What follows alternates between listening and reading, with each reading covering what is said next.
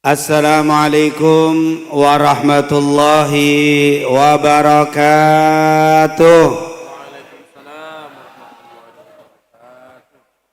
Alhamdulillah wassalatu wassalam ala rasulillah wa ala alihi wa man walah. Rabbi shrah li sadri wa yassir li amri wahlul 'uqdatam bil lisani yafqahu qawli. Subhanaka la ilma lana illa ma 'allamtana innaka antal alimul hakim. Allahumma la sahla illa ma ja'altahu sahla wa anta taj'alul hazna idza sita sahla bi rahmatika ya arhamar rahimin. Amma ba'd. Segala puja dan puji kepada Allah. Salawat serta salam selalu kita sampaikan kepada junjungan kita Nabi Muhammad sallallahu alaihi wasallam, para keluarga, sahabat tabi'in, serta seluruh umatnya yang selalu beristiqamah mengikuti sunnah-sunnahnya hingga yaumul qiyamah. Yang sama-sama kita hormati para guru, para asatid yang tadi sudah disebutkan namanya satu persatu oleh Ketua DKM kita Al-Ustadz Ahmad Zarkasi. Walaupun saya tidak ulang kembali namanya disebutkan, tapi tentunya tidak mengurangi rasa hormat kita semua kepada guru-guru kita, kepada para asatid, kepada orang tua kita. Kita angkat tangan mohon kepada Allah semoga mereka semua diampuni oleh Allah, selalu diberikan sehat wal afiyah, dimudahkan segala urusannya dunia wal akhirah, dan yang terpenting semoga mereka semua selalu diberikan kesabaran untuk terus membimbing kita agar menjadi hamba-hamba Allah yang bertakwa. Amin ya rabbal. Segenap DKM dan juga Nitya khususnya yang buat acara di malam hari ini, yang tadi kita dengar dari Ustadz Ahmad Zarkasi, kebanyakan dari para pemuda yang luar biasa. Memang pemuda ini kata para ulama, syababul yaum thamarul ghad, pemuda hari ini adalah buah esok. 20 tahun lagi insya Allah masjid kita, lingkungan kita akan tetap makmur kalau pemudanya yang maju, insya. Nah, tapi tentunya bagaimana sikap pemuda terhadap yang tua-tua, ini kita akan bahas secara singkat hikmah daripada Isra dan Mi'raj Nabi Muhammad sallallahu alaihi wasallam. Begitu juga kemarin kita sudah mengadakan acara nisfu. Sebentar lagi masuk bulan Ramadan, dan kalau kita kaitkan, kita hubungkan dengan Isra Mi'raj, semuanya ada hubungannya. Oleh karena itu di malam hari ini semoga segenap hadirin dan hadirat siap untuk mendengarkan majelis ilmu saat ini. Kira-kira kalau ditanya mau bubarnya sampai jam berapa? Jam 3, jam 11 juga kepanjangan, lewat dikit 10, setengah 11 deh ya. Saya kalau berdiri udah setengah jam juga udah gemeter. Makanya jangan takut, insya Allah kita tidak berlama, tapi janji tidak ada yang pulang sebelum selesai. Siap untuk terus duduk dan tidak pulang kecuali doa penutup dibacakan. Kayaknya setengah yang siapnya ini. Ahlan wasahlan para guru-guru kita.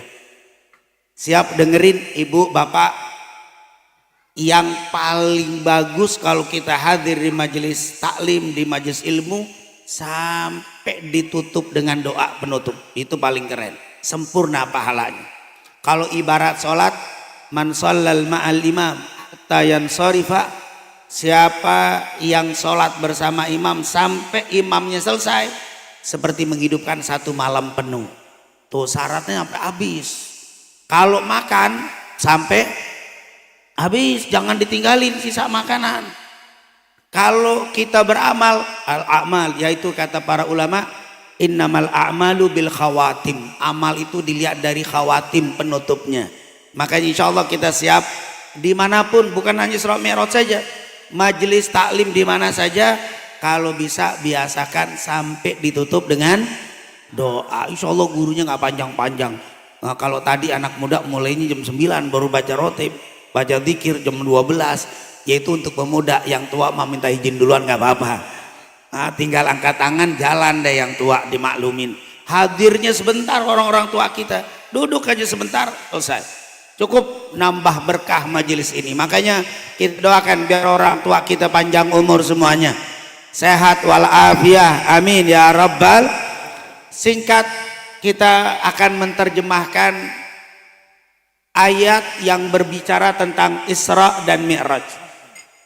Bapak Ibu yang dimuliakan Allah, sebenarnya kata Isra dan Mi'raj ini dua kejadian yang terpisah. Isra, perjalanan Nabi dari Mekah ke Palestina. Mi'raj, perjalanan Nabi dari Palestina lanjut ke Sidratul Muntaha. Itu ada jedahnya. Nabi dari Mekah ke Palestina sholat dulu di Masjidil Aqsa, minum bukan kopi, minum apa? Susu, karena malaikat nyodorin susu dan khamr, diambil susu. Jadi sempat duduk dulu. Mungkin kalau bahasa kita di rest area, istirahat dulu sebentar, sholat, baru naik kemana? Sidratul Muntaha. Isra dijabarkan di dalam surat Al-Isra ayat yang pertama. Subhanalladzi asra bi abdihi lailan minal masjidil haram ilal masjidil aqsa alladzi barakna haulahu linuriyahu min ayatina innahu wasamiul basir. Mi'raj mau lebih detailnya ada di Al-Quran, tetapi lebih detail, lebih jelas di dalam hadis Bukhari, Muslim dan hadis-hadis lainnya. Semua riwayat Mi'raj berputar dari tiga sahabat, Abu Malik ibn Sa'sa'ah, Abu Dzar dan Ibnu Abbas. Semuanya sahih. Itu kalau kita bahas Isra dan Mi'raj, benar tadi jam 12 selesai urusannya. Nah, tentunya kita nggak perlu panjang-panjang. Inti acara seperti ini kita bisa silaturahim, baca sholawat, baca dzikir, duduk sama guru, selesai, pulang berkah insya. Nggak ada yang rugi. Walaupun nih saya mau ceramah ada yang tidur dan nggak apa-apa, berkah tetap dapat, cuman ilmu kagak dapat. Tapi berkah nggak ada ruginya Pak. Bapak Ibu, acara-acara seperti ini jangan nggak datang.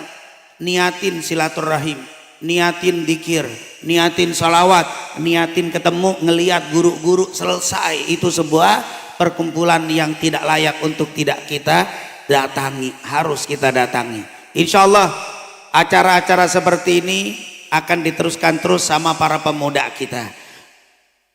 Kita di kesempatan malam ini hanya membahas tentang Isra saja.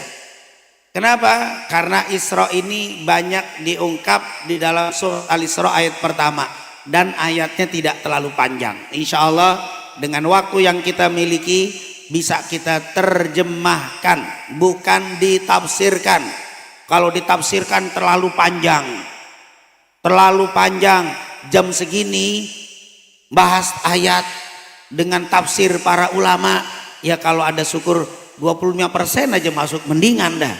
Karena jam segini mah nggak usah panjang-panjang ayatnya yang kita bahas. Apa? Kita mulai dari kalimat ayat Al-Isra ayat pertama yang diawali dengan kalimat Subhana. Subhana artinya maha suci. Kalau kita nisbatkan kepada Allah, subhanallah berarti maha suci Allah. Artinya apa subhana? Tanzihullah min kullin naqais, membersihkan Allah dari segala sifat yang mengandung kekurangan. Allah maha sempurna, tidak ada sesuatu pun yang kurang yang dinisbatkan kepada Allah. Kemahasempurnaan hanya milik Allah, sementara makhluk tidak ada yang sempurna kecuali yang dikehendaki oleh Allah Subhanahu wa ta'ala. Makanya ketika kita sholat berjamaah, imamnya salah, kita negornya dengan ngomong apa? Subhanallah. Artinya apa? Hanya Allah yang maha sempurna. Anda imam, walaupun Anda hafizul Quran, lupa, itu hal biasa. Anda ustadz pinter tapi lupa, kadang-kadang salah, itu hal biasa. Itu kalimat subhana. Maka nggak ada alasan jamaah nggak ikut lagi sholat di Masjid Al Hidayah. Kenapa? karena imamnya kemarin salah Ustadz. Terus saya pengen cari masjid yang imamnya nggak pernah salah. Kira-kira dapat di masjid mana Pak yang di sini imamnya nggak pernah salah? Masjid mana yang kira-kira imamnya nggak pernah lupa? Masjidil Haram Mekah yang paling ngetop imamnya Syekh Abdurrahman Sudais pernah salah. Kalau Madinah yang paling ngetop Syekh Abdurrahman bin Ali Al-Khudaifi pernah salah. Nggak ada yang nggak pernah salah. Yang nggak pernah salah dan tidak pernah lupa hanya Allah Subhanahu Maha Suci Allah.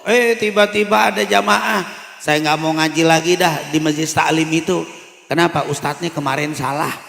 Mau cari ustadz yang nggak pernah salah?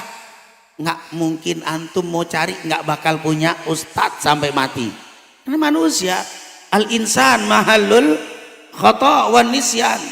Manusia tempatnya salah, tempatnya lupa. Makanya maaf para suami, jangan main ganti istri aja gara-gara istri salah. Kenapa Pak? Saya mau ceraiin istri saya. Salah Ustadz kemarin. Terus mau cari istri yang nggak pernah salah. Ada istri yang nggak pernah salah. Menjomblo sampai mati nggak bakal ketemu istri yang nggak pernah salah. Begitu juga istri, jangan main minta cerai aja. Mentang-mentang suaminya apa? Ya miring-miring dikit. Ada salahnya. Saya mau mengajukan cerai. Kenapa? Karena suami saya begini. Ibu mau cari suami yang nggak pernah salah, insya Allah nggak bakal dapat suami. Begitu juga nggak perlu pindah dari lingkungan kita. Kenapa ibu mau pindah lingkungan ini? Kenapa bapak mau pindah rumah? Tetangga nyebelin. Mau cari tetangga yang nggak ada yang nyebelin, nggak bakal dapat rumah di mana. Insya Allah di sini kebanyakan orang baik. Tapi kalau ada yang nggak baik, itu hal biasa. Yang mau dapat tetangga baik semua nanti di sorga. Kalau mau dapat tetangga penjahat semua di neraka. Tapi kalau di dunia campur itu hal biasa. Makanya subhanallah, maha suci Allah yang tidak ada kurangnya, tidak pernah salah, tidak pernah lupa. Tapi yang selain Allah kullu ma siwallah, makhluk. Makhluk Allah ini segala. Apapun selain Allah namanya makhluk. Namanya makhluk ada kurangnya. Jadi kalau ngelihat ada salah-salah biasa. Yang nggak biasa salah itu 3, itu nggak biasa itu. Siapa yang salahnya nggak biasa? Yang pertama salah melulu, baru nggak bener tuh. Imami tiap sholat salah melulu, ganti aja dah. Tegang kita di belakang. Salah apa lagi nih imam? Tiap sholat salah, tiap sholat salah. Ya udah dah, nggak usah pakai dilengserin, lengser sendiri dah. Aduh, maaf dah ganti saya dah, saya lupa melulu. Masa habis Fatihah baca ayat main sujud, kan bingung kita. Nah tiap waktu sholat begitu melulu, berarti udah layak mundurkan diri. Kadang-kadang ada imam yang nggak mau mundur sampai di demo, ganti imam, wah ganti imam, imamnya tetap nggak mau. Nah ini salah, ini nggak salah kan wajar, iya kalau sekali-sekali. Tapi kalau tiap sholat salah ya itu nggak wajar. Istri salah wajar, tapi kalau salah melulu, suami salah melulu, ustadz salah melulu, wah ganti kacau. Ustadz salah melulu, tapi nggak ada, jarang yang begitu, kecuali ustadz-ustadzan salah melulu, tapi yang benar nggak. Makanya salah itu wajar kecuali salah terus menerus. Yang kedua, salah itu wajar kecuali kalau orang salah ditegur marah. Nah ini dia nih, imam salah, makmum subhanallah, habis sholat assalamualaikum, mana yang ngomong subhanallah tadi? Wah, makmum jangan sholat sini lagi ya. Wah ini imam kacau, ini imam nih, ditegur dia ngomel. Orang negor itu bukan benci. Fadzakir innama anta mudzakir, kita disuruh ngingetin. Makanya man ahabbaka nasahaka, siapa yang cinta sama kamu dia itu berarti cinta. Siapa yang nasehatin kamu, yang negor kamu, itu berarti tandanya cinta. Istri salah sama suami ditegur, berarti suami cinta. Suami salah istri negor, cinta. Murid salah guru negor, cinta. Orang tua ngelihat anak salah ditegur, cinta. Tapi kalau kagak ditegur berarti udah enek. Sabo udah terserah mau ngapain, jungkir balik saya nggak mau tahu, mau nyunggik. Nah itu berarti udah benci tuh. Berarti kalau guru ngomelin kita terus, guru cinta banget sama saya, Orang tua negor melulu, berarti dia cinta banget sama kita. Suami saya saat pulang malam ditegor, berarti cinta. Suami saya saat jalan sama tukang gojek ditanya, "Kang gojeknya ganteng dong, muda apa tua?" Wah, ketil banget. Cinta berarti. Tapi kalau dicuekin, mau pulang jam 3 masa bodoh, mau laki perempuan masa bodoh, berarti udah benci itu. Makanya insya Allah orang-orang yang ada di sekitar kita selalu memberikan nasihat kepada kita.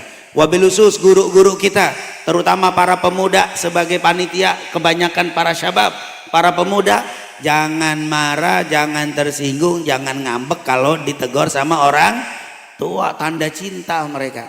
Insya Allah lingkungan ini betul-betul menjadi lingkungan yang penuh rahmat dan berkah dari Allah. Yang ketiga, salah yang nggak benar, yang nggak wajar, salah di dalam satu kejadian 2 kali. Kalau bahasa hadis, bukan seorang mukmin yang jatuh dalam satu lubang 2 kali. Salahnya udah ditegur, jangan ngulang lagi. Kalau ditegur ngulang lagi, ditegur ngulang lagi, berarti nggak wajar itu salahnya. Insya Allah orang-orang yang ada di sekitar kita semuanya orang-orang baik. Kalau ada yang salah-salah, insya Allah Allah rubah, Allah ganti, dan insya Allah Allah jadikan mereka yang mengerti dan memahami kesalahannya sehingga bertobat dari kesalahannya. Amin ya rabbal. Subhanalladzi asra bi abdihi, maha suci Allah yang telah menjalankan hambanya. Ini jelas Nabi Isra dan Mi'raj bukan berjalan sendiri, tapi diperjalankan. Berarti kalau diperjalankan kehendak dari Allah.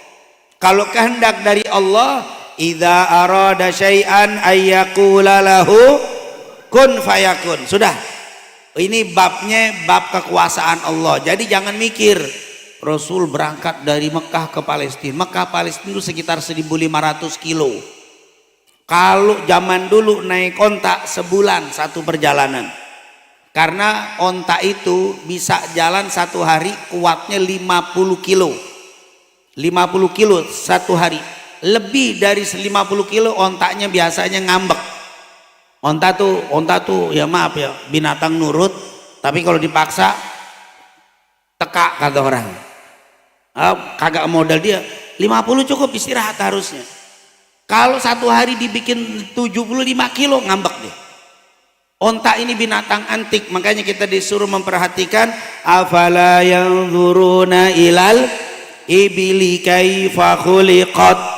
Apakah kalian tidak memperhatikan bagaimana onta diciptakan oleh Allah? Onta itu binatangnya punya kelebihan banyak. Pertama, dia sedikit bicara, kerjanya banyak. Tuh onta tuh. Suaranya nggak kenceng, tapi kerjanya banyak. Insya Allah orang-orang sini model onta semua. Nggak banyak ngomong, kerja banyak. Lain sama keledai, namanya khimar. Khimar itu dalam Al-Quran tercela. Mathalul ladzina humilu taurata tsumma lam yahmiluha kamathalil himari yahmilu asfara. Inna ankaral aswat la sautul hamir. Keledai itu kalau ada orang nikah, ini saya mau ngelamar perempuan, saya bawa maharnya keledai, batal. Itu penghinaan namanya. Keledai itu binatangnya apa? Banyak ngomongnya, kerjanya dikit. Itu keledai itu, suaranya jelek. Ankarol aswat, melengking kenceng tapi tenaganya kecil. Makanya insya Allah di sini nggak ada yang model keledai, model onta semua insya Allah. Modal onta itu kerjanya banyak, ngomongnya. Yang kedua, kuwatut tadzkirah. Onta itu ingetannya kuat. Onta kalau kita udah ajak jalan nih orang Mekah pakai onta sampai Madinah, pulangnya nggak usah, tukangnya yang naik tidur, ontanya nggak bakal nyasar. Cocok tuh untuk binatang padang pasir. Kalau kuda nyasar, kalau sapi apa lagi? Kebo ya udah nggak ada di Saudi, kebo nggak bisa, di Timur Tengah nggak bisa. Dia harus berkubang di air. Kalau dia kuat, dia itu kuat hafalannya. Makanya ini sesuatu kelebihan onta. Yang ketiga, onta ini tadi makannya nggak banyak, kerjanya banyak. Subhanallah. Tapi yang jelek satu. Banyak sebenarnya kelebihan onta. Satu kejelekannya apa? Syadidul intiqam. Apa itu syadidul intiqam? Pendendam. Kalau disakitin dia akan balas. Misalkan bapak ada yang umroh, diajak ke peternakan onta, onta lagi meleng, main tendang aja debu. Pas onta ngelihat lari kita. Di belakang pagar dia nggak bisa lompat, walaupun pagar cuma segini nggak bisa lompat, kaki tinggi tapi nggak bisa lompat. Makanya pagar onta nggak perlu tinggi segini cukup, nggak bisa lompat. Diliatin kita, udah kita pulang ke Indonesia. 5 tahun kemudian umroh lagi, ke situ lagi ketemu sama dia, diliatin, nah dia nih 5 tahun yang lalu nendang saya, bakal ditendang tuh Pak, jangan coba-coba masuk Pak. Bapak masuk depak kemana? Ini yang tendang saya dulu 5 tahun yang lalu. Kuat hafalannya dan dendam, jeleknya itu tuh. Insya Allah di sini kalau sifat dendamnya kayak nggak ada kayak ontak semua, insya Allah ya. Kita pemaaf semuanya, insya. Kenapa? Karena bapak ibu nggak suka memberi maaf. Ramadan yang hebat tidak menjadi hebat. Kenapa? Allah akan mengatakan sebagaimana dikatakan dalam hadis Sahih Muslim dari Abu Hurairah, Inna abwabal jannati tuftah yaumal itsnain wal khamis, fayaghfirullahu likulli abdin la yusyriku billahi syai'an illa rajulan kanat bainahu wa baina akhihi syahna fayuqalu anziru hadaini hatta yastaliha. Diulang sampai 3 kali. Sahih Muslim. Sungguh pintu-pintu sorga setiap hari Senin dan Kamis itu dibuka. Di saat dibukanya pintu sorga, Allah akan tebar ampunan yang minta ampun, kecuali 2 yang gak dapat ampunan. Siapa? Yang pertama musyrik, yang kedua orang yang masih menyimpan dendam dan benci sama saudaranya. Allah bilang apa? Anziru hadaini hatta yastaliha, anziru hadaini hatta yastaliha, anziru hadaini hatta yastaliha. Diulang sampai 3 kali. Tunda ampunanku untuk 2 orang ini sampai mereka saling memaafkan. Tunda ampunanku sampai mereka berdamai. Tunda ampunanku sampai mereka tidak ada kebencian di antara mereka, baru diampunin. Jadi Ramadan tidak bermanfaat kalau kita masih bermusuhan. Oleh karena itu insya Allah malam ini salah satu acara untuk membersihkan hati kita. Insya Allah keluar dari sini kita sudah bersihkan hati kita. Kalau ada saudara kita yang menyakiti, insya Allah ya Allah dengan ikhlas saya maafkan orang itu. Kalau memang kita pernah melakukan kesalahan, jangan gengsi untuk minta maaf. Jangan dipikir Bapak Ibu minta maaf jadi rendah, enggak. Itu kalau kita baca hadis Bukhari. Kalau kita baca hadis Bukhari dengan sanadnya, qala haddatsana Abdullah ibn Yusuf, haddatsana Malik bin Anas al-Asbahi, qala haddatsana Ibnu Syihab az-Zuhri, qala haddatsana Atha ibn Yazid al-Laitsi, qala haddatsana Abu Ayyub al-Ansari, qala qala Rasulullah sallallahu alaihi wasallam, la yahillu li muslimin an yahjura akhahu fawqa thalath, yaltaqiyani fayuridu hadza fayuridu hadza wa khairuhuma alladhi yabda'u bisalam, wa khairuhuma alladhi yabda'u bisalam. Subhanallah. Kata Nabi, orang yang sedang bermusuhan yang terbaik adalah yang pertama kali minta maaf, yang minta damai. Insyaallah acara ini menjadi doa untuk kita semuanya, agar kita semua dilapangkan hati kita. Yang pernah melakukan kesalahan dihilangkan gengsinya untuk minta maaf. Yang pernah disakiti semoga dilapangkan hatinya dengan rela dan ikhlas memberikan maaf, sehingga Ramadan insya Allah menjadi Ramadan yang penuh berkah. Amin ya Rabbal. Jadi Nabi berangkat itu bukan berangkat dengan sendirinya, diberangkatkan. Nah kalau udah diberangkatin ya udah, nggak cerita atmosfer lagi. Saat ngebayang saat ya 1500 dari Mekah ke Palestina. Kalau Nabi naik buruk kan cepet banget, pakai helm apa enggak? Kalau nggak pakai helm, ya Allah, orang sini naik motor 200 km per jam kayak ditabok-tabok tuh muka. Ada nggak yang 200 meter pakai motor nggak pakai apa? Bagaimana rasa mukanya? Nabi dalam waktu 1500 kilo dalam waktu hanya beberapa jam. Jangan cerita mikirin angin, udah. Angin ini makhluknya Allah, semuanya nggak bergerak, nggak berfungsi. Karena kalau Allah sudah inginkan, maka tidak lagi kena hukum alam, hukum sebab akibat, hukum kausal, semua hukum alam berhenti karena Allah yang berkehendak. Makanya ini cerita-cerita luar biasa tentang junjungan kita Nabi Muhammad sallallahu alaihi wasallam.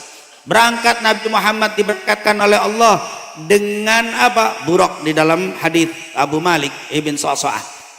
Singkat cerita, di perjalanan itu dilakukan kapan? Di malam hari. Subhanalladzi asra bi abdihi lailam minal masjidil haram ilal masjidil aqsa. Perjalanan Isra Mi'raj waktunya malam. Kenapa malam? Tentunya para ulama banyak membahas tentang kenapa malam. Salah satunya karena malam adalah waktu yang sangat istimewa. Tidak ada orang yang dapat makom yang mulia kecuali menghidupkan waktu malam. Kemarin nisfu Sya'ban itu malam yang istimewa. Kenapa? Malam nisfu. Malam. Nanti Ramadan ada lagi satu malam yang lebih baik daripada 1000 bulan. Lailatul Qadri khairum min alfi syahr. Malam adalah tempat untuk mendapatkan makom yang mulia. Isra Mi'raj malam. Makanya Allah bilang, wa minal laili fatahajjat bihi nafilatan lak asa ayyab'atsaka rabbuka maqaman mahmuda. Siapa yang pengen jadi kekasih Allah harus bisa menghidupkan waktu malam. Kalau bapak ibu tidur habis sholat isya, bangun subuh tiap hari begitu, jadi orang baik, jadi orang yang beriman, tapi belum menjadi walinya Allah. Walinya Allah itu syaratnya harus suka bangun malam. Hadis dari Mu'ad bin Jabal diriwayat Imam Ahmad dengan sanad yang sahih, alaikum biqiyamil lail fa innahu da'bus salihin. Ada riwayat alaikum biqiyamil lail fa innahu da'abus salihin. Hendaklah kalian menghidupkan waktu malam, karena menghidupkan waktu malam merupakan tradisi kebiasaan orang-orang soleh. Itu para wali.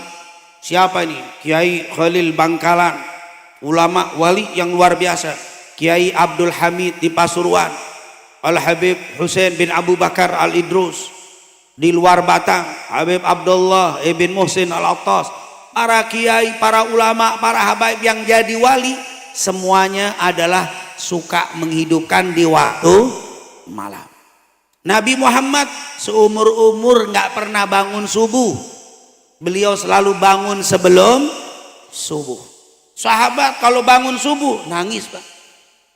Pas bangun azan nangis sahabat. Istighfarnya bukan seharian, bisa sebulan. Karena apa?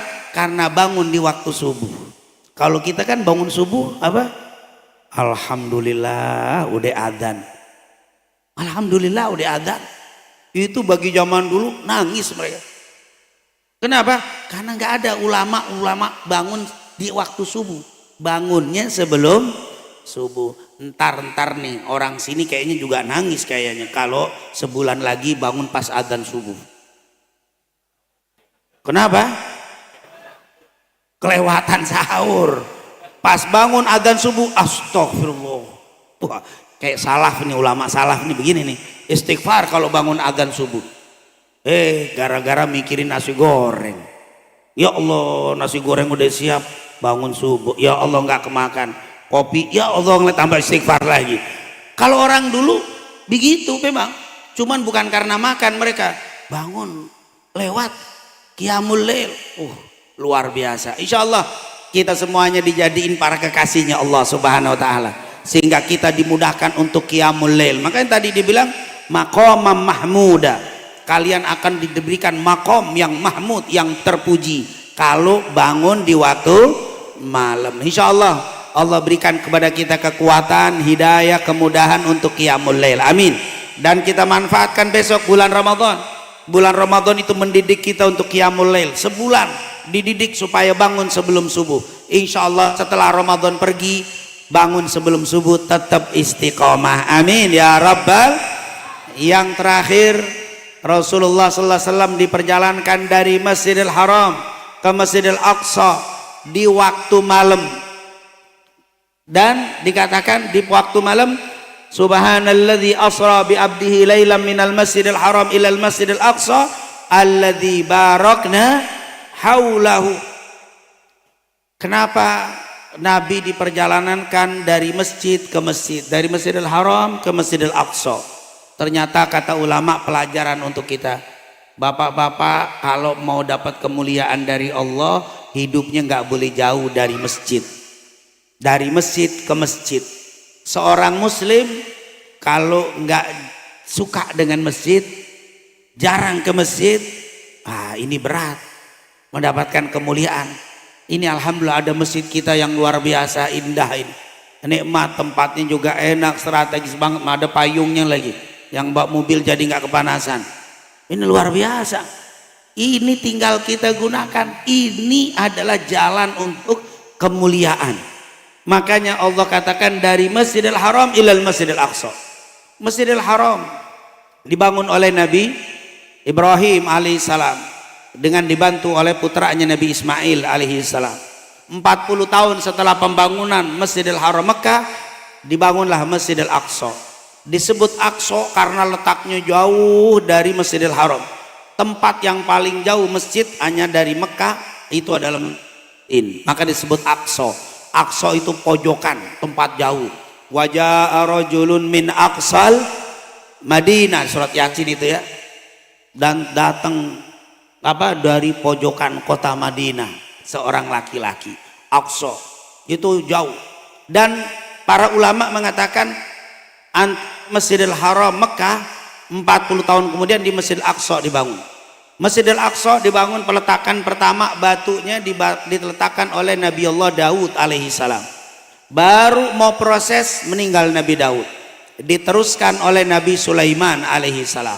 Nabi Sulaiman waktu bangun Masjidil Aqsa, tukangnya 2, jin dan manusia.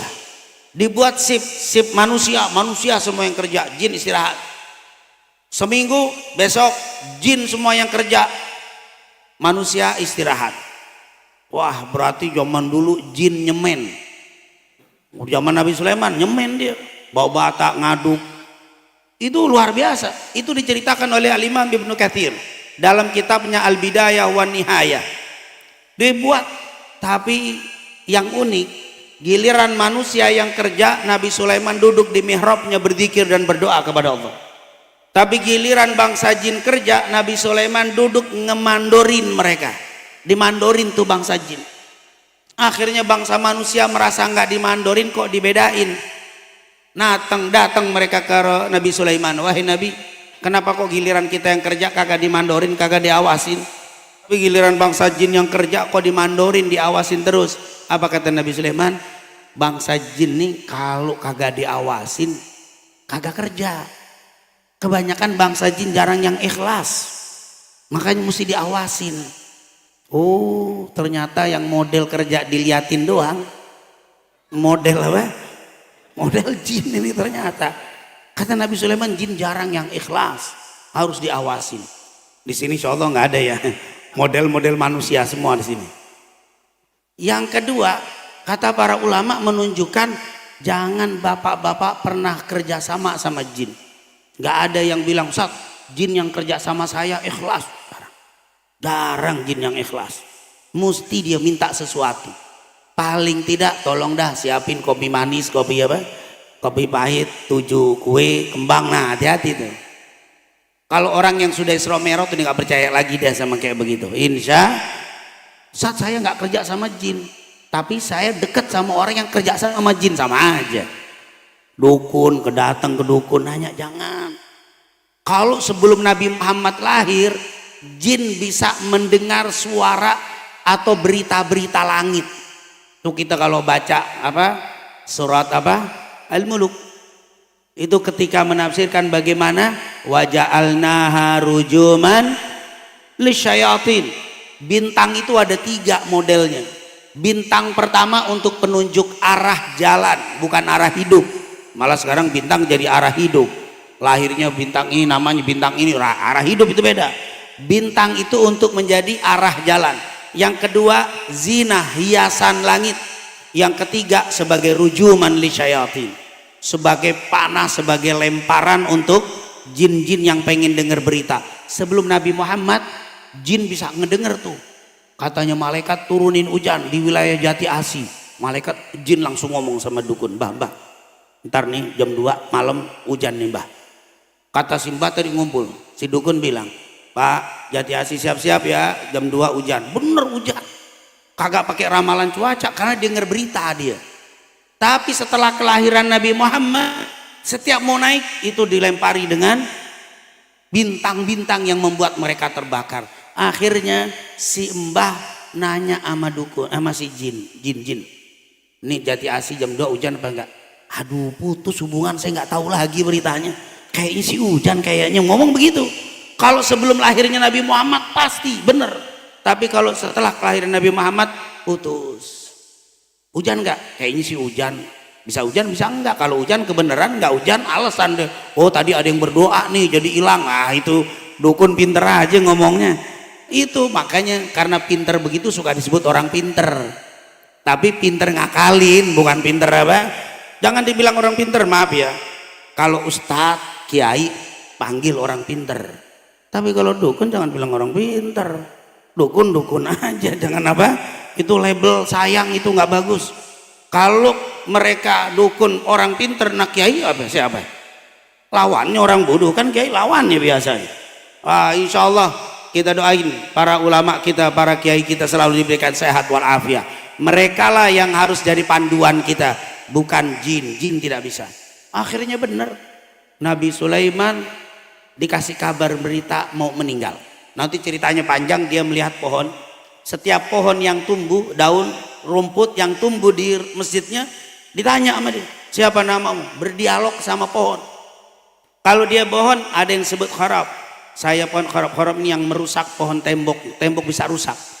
Kenapa engkau tumbuh di sini? Diperintahkan untuk merusak tembok, berarti aku sedikit lagi meninggal. Nabi itu semua kalau mau meninggal dikasih kabar. Nabi ngomong sama pohon, sama itu namanya Nabi, itu karomah, itu mulia, itu mukjizat.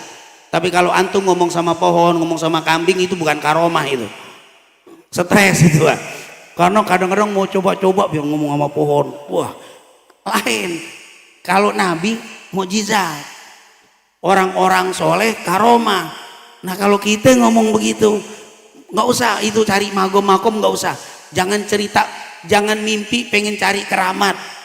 Kata para ulama, ibadahlah karena Allah. Bahkan kata Habib Abdullah bin Abdul Haddad, kalau engkau zikir istiqomah lalu kelihatan keanehan-keanehan yang terjadi seperti bentuk karomah, minta kepada Allah biar hilang tuh karomah.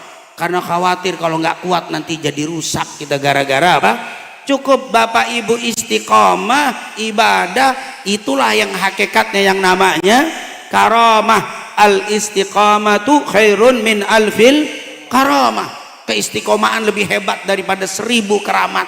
Udah lihat ustadz, lihat tetangga istiqomah ke masjid 5 waktu, wali tuh, wali. Hati-hati jangan disakiti tuh, walaupun nggak bisa terbang. Karena sekarang kita anggap kalau wali harus bisa terbang. Mau ngapain wali? Nggak mesti. Istiqomah itu adalah karomah. Subhanallah, akhirnya Nabi Sulaiman dikasih tahu mau meninggal, langsung dibilang, ya Allah, kalau aku meninggal jangan sampai bangsa jin tahu, biarin aja seperti mereka tahu, nanti tahu sendiri. Bener, bangsa jin lagi kerja, Nabi Sulaiman ngawasin, meninggal Nabi Sulaiman. Jadi Nabi Sulaiman meninggal lagi ngawasin, ngemandorin pembangunan masjid. Jadi sangat mulia orang yang aktif di masjid, memakmurkan masjid ini luar biasa pembangunannya. Makanya di sini kalau ada urusan masjid renov, ayo warga ikut, karena sebuah kemuliaan kalau kita ikut andil di dalam pembangunan masjid, tempat-tempat ibadah. Setiap orang duduk, setiap orang sholat di sini, bapak ibu dapat bagian daripada ibadah mereka. Oleh karena itu alhamdulillah masjid ini harus kita jaga. Dan akhirnya Nabi Sulaiman meninggal lagi ngawasin, bangsa jin kerja, bangsa jin kerja terus. Nengok Nabi Sulaiman ngawasin nggak berhenti-berhenti, kerja terus. Gak tahu kalau Nabi Sulaiman udah meninggal. Ada riwayat Imam Abu Dawud.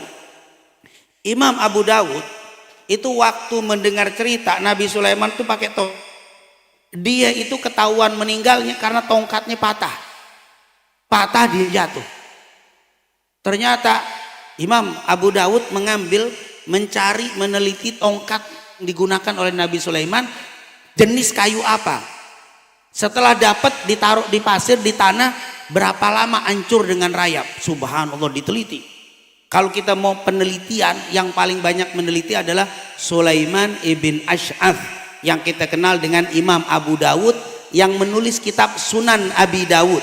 Itu ulama tukang meneliti itu. Tukang meneliti, dia nggak langsung nerima tapi diteliti. Sumur yang diludahi Nabi diteliti. Sumur yang kata Nabi ada bangkai tikus jatuh ke sumur. Pas Nabi ngelihat, ya Rasulullah ada bangkainya. Kata Nabi, ambil tikusnya, bangkainya buang, pakai wudhu. Itu diteliti sama Imam Abu Dawud. Sedalam berapa itu sumur? Jadi jangan dipikir ulama hadis itu kolot cuman menerima begitu aja. Mereka mengadakan penelitian dengan cara diturunin tali, berapa dalamnya, diangkat. Oh iya, ini namanya lebih dari 2 kula. Berarti kalau bangkai datang atau jatuh ke air yang lebih dari kuah, tidak lebih dari 2 kula, tidak merubah warna, rasa dan bau, berarti tetap boleh. Itu pendapat mereka teliti dulu. Nah ini dia teliti hampir 3 tahun baru rusak itu kayu. Berarti kata beliau, berarti Nabi Sulaiman diketahuinya setelah 3 tahun. Nggak bau saat bangkai, nggak ada baunya untuk para nabi. Kalau kita seminggu nggak dikubur, kelas sekampung pindah kita. Karena bangkai paling bau bangkai manusia. Bangkai tikus bau, bangkai kucing bau, anjing bau, tapi lebih bau lagi bangkai manusia. Kenapa? Semakin banyak macam makanan yang dimakan, semakin bau. Tidak ada yang lebih banyak macam model makanannya melebihi manusia. Ketoprak dimakan, buah dimakan, apalagi kopi semua dimakan. Bahkan sekarang aspal dimakan. Wah, semua dimakan semua. Makanya bangkainya Masya Allah, baunya super. Makanya kata Rasul, siapa yang hidup hanya untuk perut, ketahuilah pertama kali pecah di kuburmu adalah perutmu. Dan mengeluarkan aroma yang paling tidak sedap adalah di perut. Maka sangat-sangat hina orang yang hidup untuk perutnya. Insya Allah kita dijauhkan dari apa yang dikatakan oleh Nabi Muhammad sallallahu alaihi wasallam. Ternyata akhirnya pas tahu Nabi Sulaiman meninggal, bangsa jin bilang, ya Allah, kalau tahu begini mah saya udah berhenti kerjanya. Emang bener kata Nabi, kagak ikhlas ini beneran. Ternyata di depan mata meninggal, nggak tahu. Gimana kita nanya gaib sama jin? Mbah ini urusan yang gaib mau ditanyain sama dia? Kagak tahu yang gaib. La ya'lamul ghaiba illallah.